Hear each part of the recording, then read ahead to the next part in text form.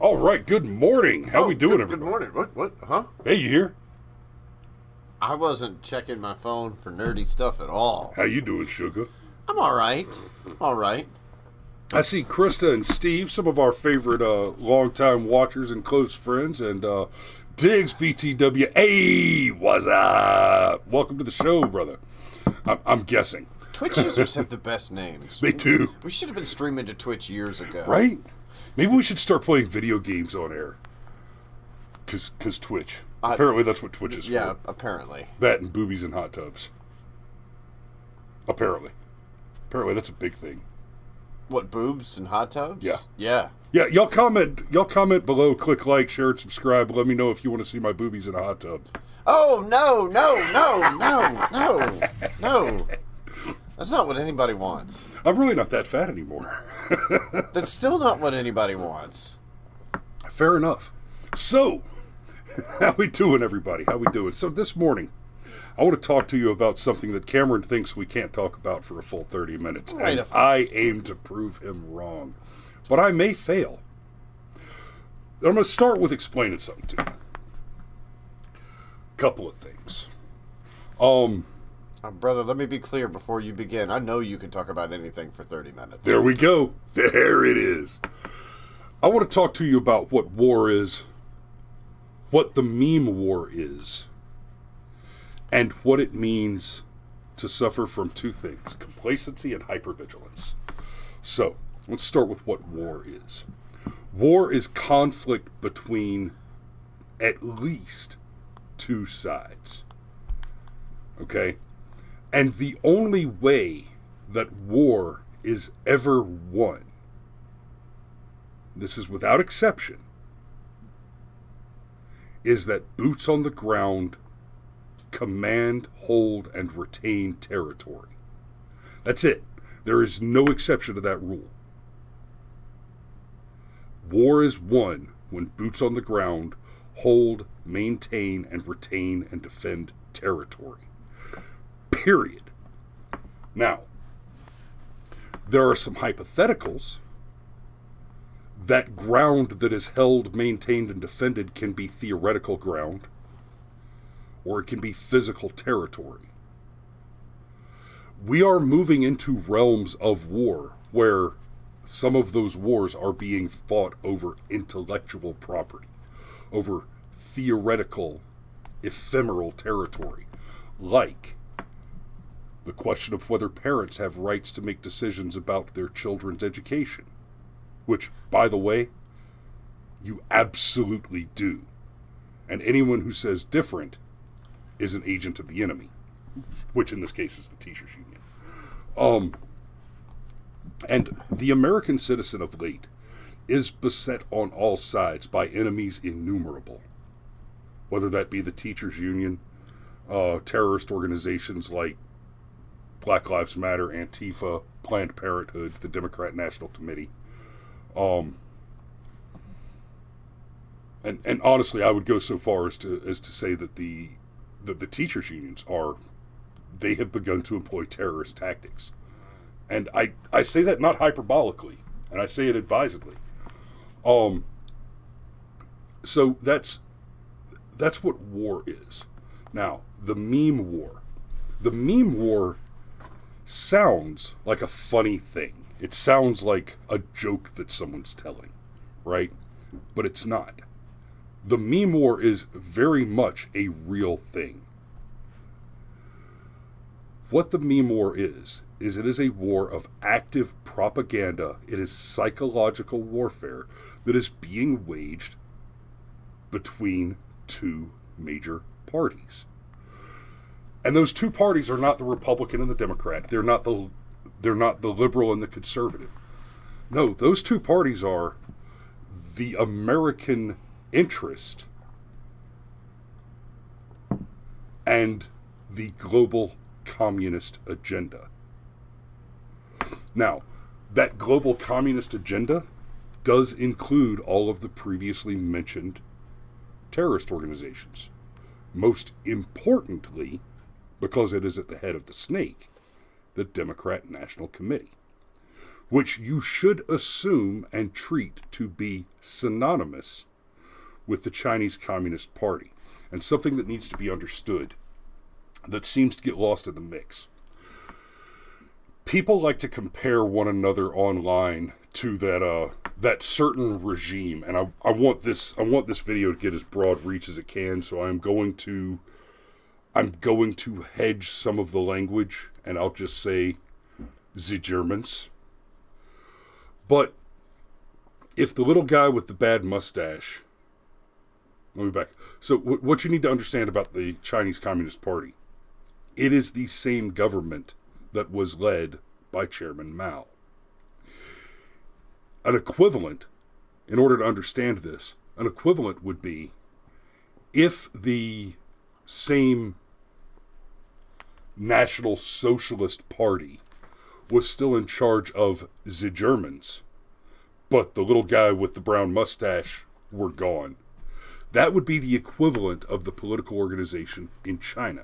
It would be that the same evil regime had continued forward to the present day, which is the case when you're talking about Chinese Communist Party. The Chinese Communist Party, which we know beyond a shadow of a doubt. We do not have suspicions or theories on this. We have receipts. We have hard evidence. We have Hunter's laptops. We have conversations between the administration prior to and following the inauguration with the CCP that show quite clearly that at a minimum, the current administration and the current Democrat National Committee are in absolute alliance and alignment with the political objectives, the global political objectives of the Chinese Communist Party. Now, hypervigilance and sentinel fatigue. I think that as a country, and I mean this left, right, center without necessary reference to your political alignment, because of the nature of the 24-hour news cycle for the last, at least a decade, probably 3. We have been inundated such with constant fear-mongering tactics where a politically motivated media is using fear and propaganda to try and generate particular political outcomes, that as a nation we suffer from a sort of PTSD, which is called hypervigilance. Right? This is a subcategory of PTSD. Hypervigilance is a funny thing. It is the more extreme version of hypervigilance that you think of with your crazy uncle that dives under the counter and screams, "Charlie's in the trees," right? What we used to call shell-shocked. But there are lesser degrees of hypervigilance. I've got a bit of it myself. Timing in the war, and every now and then, got a garbage truck drops a dumpster just over there somewhere, and the noise catches my attention, and I snap my head to the right.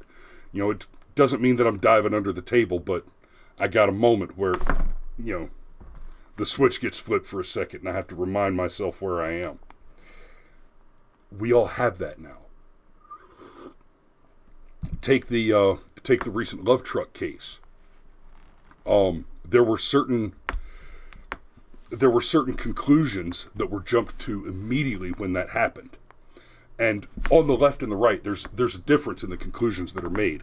The difference being that the assumptions that we come to in those are based in evidence and historical precedents. Like, for example, in the love truck case, the description and all of the information about the perpetrator, who was arrested, by the way, almost immediately and in custody, and on camera having been arrested and the like. Description and everything wasn't released. So on the right, we made some assumptions. He's not white. He's politically motivated, has a bad political history. and that it's likely he has a criminal history. It's likely that he has espoused an intent to commit crimes of this nature in some of his social media or among friends. And it turns out all of those things are true. Right? And this is a good example of the axiom, just because you're paranoid doesn't mean they're not watching you. Right? So that's hypervigilance. Now, let's get to sentry fatigue. One of the greatest vulnerabilities that one experiences in combat is after a long lull in the fighting. You're on guard duty. You're a sentry. You're posted. You have, an 8 or 12 hour shift rotating. And nothing happens for weeks. After a week or 3, you find yourself, okay, yeah, I'm on guard duty again.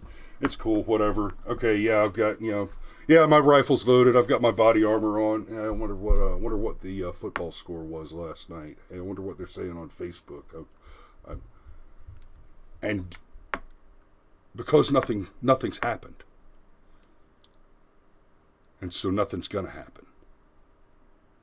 And guys, this is completely involuntary. It's not just getting into a groove. You are physiologically incapable of maintaining a high degree of vigilance for a long period of time without suffering actual physical fatigue. Right? This is not a thing which you can simply choose to break up.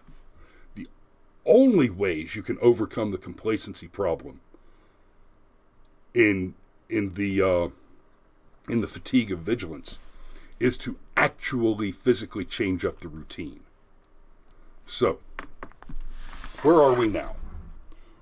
The Rittenhouse verdict is in. The Coffey verdict is in. The McMichaels verdict is in. These have been the major news stories, especially Rittenhouse.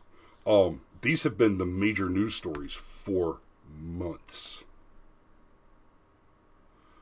And we're starting to see we started to see some verdicts from the January 6th thing, but those are going largely unreported, right? They're not being completely unreported. There's reporting, but it's not because they know they're in trouble with these. Same thing with Ghislaine Maxwell, which we'll talk about in a minute. They know that they've made some big mistakes with these, and so they're trying to kind of shove them under, hide them to the side. Well, the big fight's over. We just had our command outpost surrounded, and we came out on top. So, of course, the enemy has to go and lick their wounds for a while, regroup. But that doesn't mean they don't come back in force. And the last thing we can afford is to stop paying attention. So, you cannot, as just citizens with jobs, with work to do, with families to raise, you can't spend all your time looking for the next Rittenhouse and trying to stay informed. And even if you find it, right, your options, the things that you can do to get involved and make a difference are limited. Your creativity will become important in the future, as will ours. We'll be doing some things. Looks like I'm going to be doing a little something special that I'll talk to you about after the show on Friday. We might have a little something Friday morning. We'll see how that goes. Teaser. But that complacency setting in, that's when we become vulnerable to the things to the enemy's machinations. An example. Nobody's talking about the Ghislaine Maxwell trial in any significant way. The trial is just about to begin. It's been going through the preliminaries. Pay a little bit of attention to this. This is the Honorable Judge Pat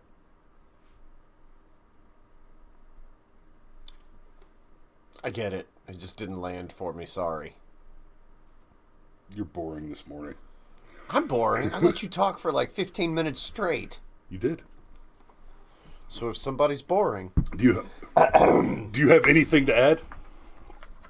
Oh, I just didn't want to interrupt. We're finally to the article. Let's talk about it. Okay, so I want y'all to pay attention to this because this Steve, judge... no. We are not commenting on that until, ironically, January 6th. Yes, this is not a Transformers show. No, Michael Bay had nothing to do with this one. Yet. Nor did Orson Welles. Ooh. Hey, he was in the movie. He was. He was. So was Leonard Nimoy. He was Omnicron. And Casey Kasem. I know, right? All right, way different rabbit hole. So, the Manhattan federal judge presiding over the Ghislaine Maxwell sex trafficking trial will finish the case. Even though she may be promoted to a position on a federal appeals court, she said Wednesday. This case, we are talking about a case where the primary suspect, Jeffrey Epstein, didn't kill himself. But he's still not getting tried because somebody got him an Arkansas necktie. Well, I mean, but the reason why nobody thinks Jeffrey Epstein killed himself is because he was rich and he had names and he was going to use his money, and the fact that he had names in order to cut himself a plea deal where he did not go to federal pound-me-in-the-ass prison for the rest of his life. Like, that's, there's... I mean, I'm just saying, Clinton had like 17 log entries on the Lolita Express. And yikes, And just a little a little. There's a list of co-conspirators. And rather than risk my channel, I'm going to tell you to go check out an episode that Steven Crowder did recently, and and everybody could try to sue the Kraken. Half Asian Bill Richmond. Good luck with that. But go watch that show and listen to Steven read off the list of co-conspirators that are alleged in this case, and it is shocking. If you choose in a fit of moral indignation to boycott all of the co-conspirators on the list with whom you currently do business, you will never watch television or streaming services again, and you will starve to death. And you'll be naked. And I hate to say it, Krista, but what is shocking is that you are right about that. Is that none of the names on the list should surprise anyone, because it's basically a list of companies, people, organizations, politicians, etc., who we have known in very recent memory to have actively defended and supported. I don't want to say the P word. Yeah, why did Tom Cruise move to Greece? Not Tom Cruise. Tom Hanks. I don't know. Why did Joe Biden suddenly decide that this judge that's overseeing the case of Ghislaine Maxwell should get a promotion? Gets the promotion of a lifetime. It's promotion of a lifetime for Pat. Well, let's go a little further in the article just for the clarity. Good God, the court drawing is even less flattering. Oh my. That's awful. I will continue to do my job, which includes presiding over this trial until completion. Judge Allison Nathan said in court Wednesday morning after reports of her possible promotion to the Second Circuit Court of Appeals were published. She added that she was honored at the possibility to serve on the appeals court. Here, I'm going to roll this up a little bit. In a statement... that tripped me out for a second. In a statement Tuesday, U.S. Senate Majority Leader Chuck Schumer said he would recommend Nathan for the appeals court, calling her an outstanding jurist. Ollie Nathan, of course. Oh, my. Wow. Ollie Nathan is an outstanding judge for the Southern District of New York, and her. Right. And her experience, legal brilliance, love of the rule of law, and perspective would be invaluable in ensuring the federal judiciary fulfills its obligation to ensure equal justice for all. Miss Nathan is already an accomplished and widely respected judge in the Southern District of New York and would bring a passion for the rule of law and justice to her post on the Second Court, as well as profound integrity. Look, I'm just going to stop because wait, no, just please wait, the new admiral please. Is?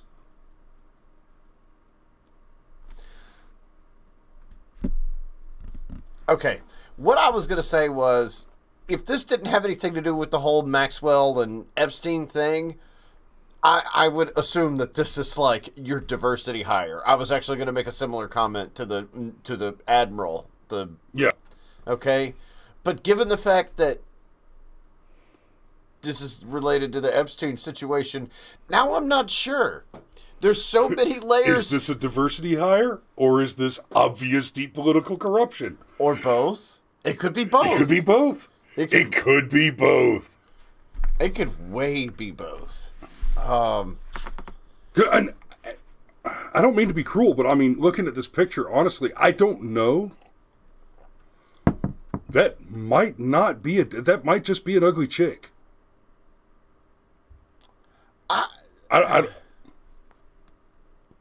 Yeah. Yeah.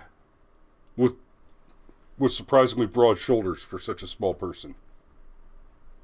Yeah, I don't know. And it appears to have man hands. I can't see enough to see if there's the Adam's apple. This was, I'm assuming. You see an Adam's apple there, brother? It's hard to tell with it's hard to tell in that shadow. And goiter. The goiter complicates things too.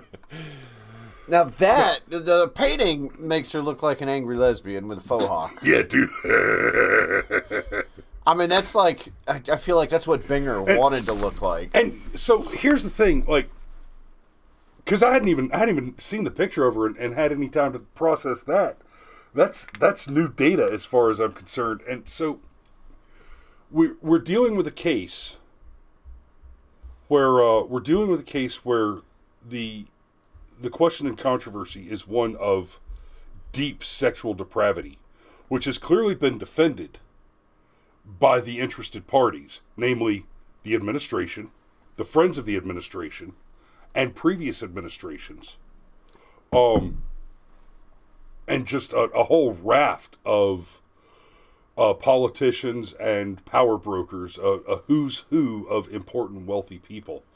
And in this case where the question is deep and abhorrent sexual miscreants, we're overseeing it with somebody who's being clearly promoted to a position of significant conflict of interest and is potentially, almost certainly, just the sort of sexual deviant that should not have a say in whether or not sexual deviants are allowed to have access to your children. Yeah, it's at least an interesting question. It's because that's you know what I wonder. Okay,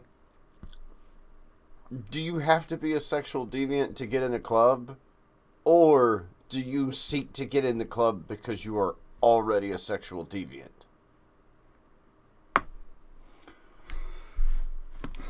Okay, I'm going to because it's just so bizarre that, oh, hey, look, you see strains of this at Disney, and you see strains of this at other corporations, and then you see it in local politicians, and then you see it in national politicians, and then And then you see it in Hollywood, and it's like, wait a minute, how do all of you guys have all of these like circles that you run in together? And one of the things that seems to be a common thread is puberty is not a barrier for you. Like, oh, look, she's an Obama appointee. it's a little weird, man. That's a thing that I don't understand. So, nutshell it for me, brother. It's specifically, like in like 1 or 2 sentences, what are we supposed to stay vigilant with here? Well, I mean, like with here, rather.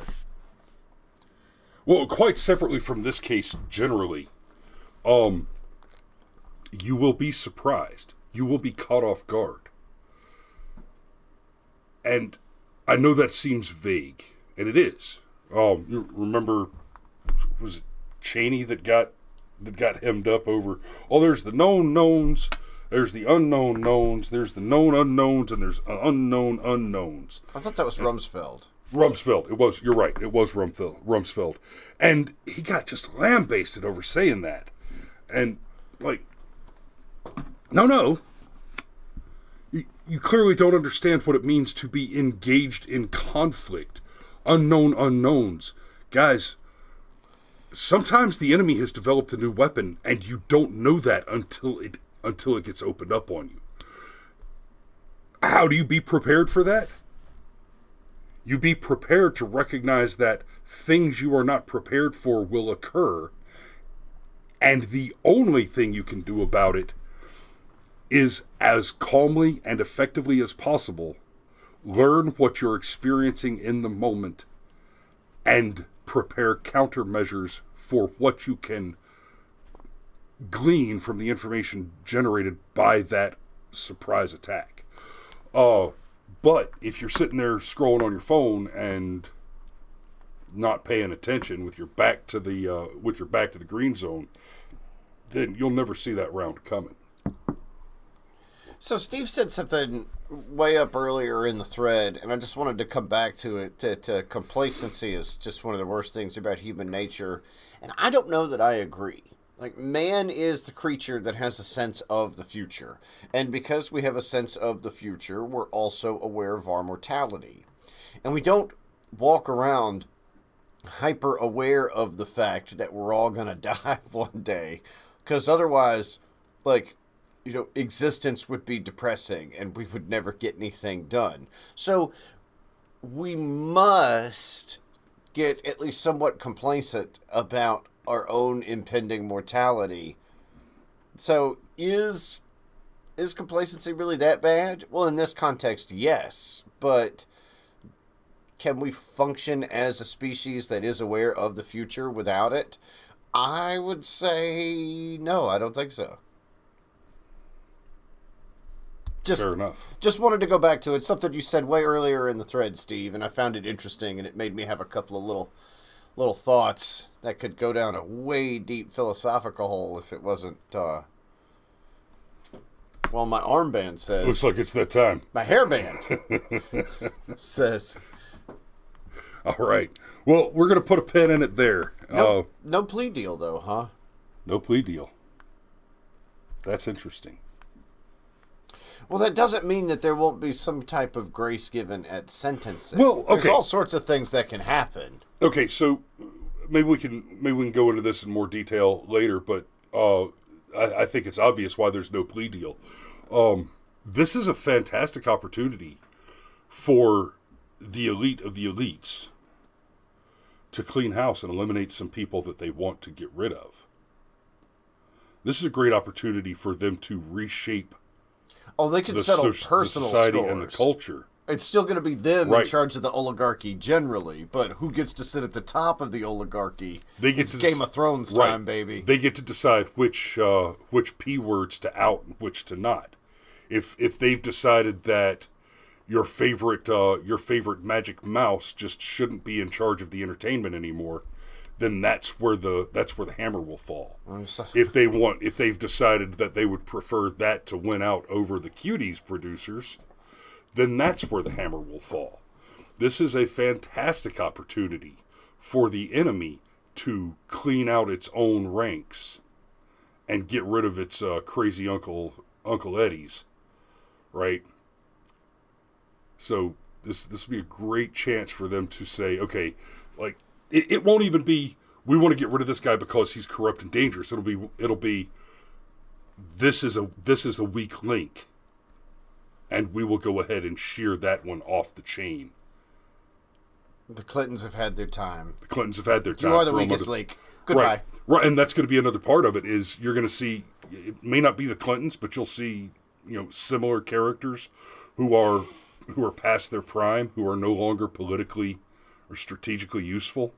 They will be thrown under the bus, and when they get thrown under the bus, it'll be either minimum sentences or it'll basically their public image will be ruined, but they won't suffer any real consequences. They'll go live out their happy retirement somewhere and just hey, you're done in the public eye.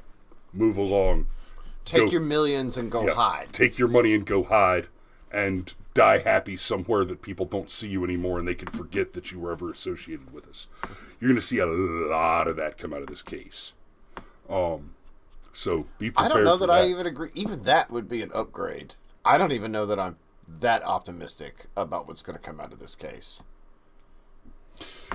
People retiring in disgrace. No, people retiring in disgrace would be, especially after what happened with Epstein, when he didn't kill himself with the magic cameras and the sleeping guards that committed perjury. Anyhow. I'm afraid Legion's right about that. They're going to attempt to foist Michelle O on us. No, she is severely unlikable, and it doesn't have anything to do with that black woman thing either. She just doesn't possess the charm of her husband, at all. Joe Biden is the president of the United States right now. Hey, look, pal, it's just Corn Pop was a bad dude. And Kamala Harris is the vice president. Well, but Kamala Harris was appointed. What you want doesn't matter. There will be specific backlash to what Michelle America Obama. wants doesn't matter. Anyhow, we're long. Y'all be safe out there. We'll see you tomorrow.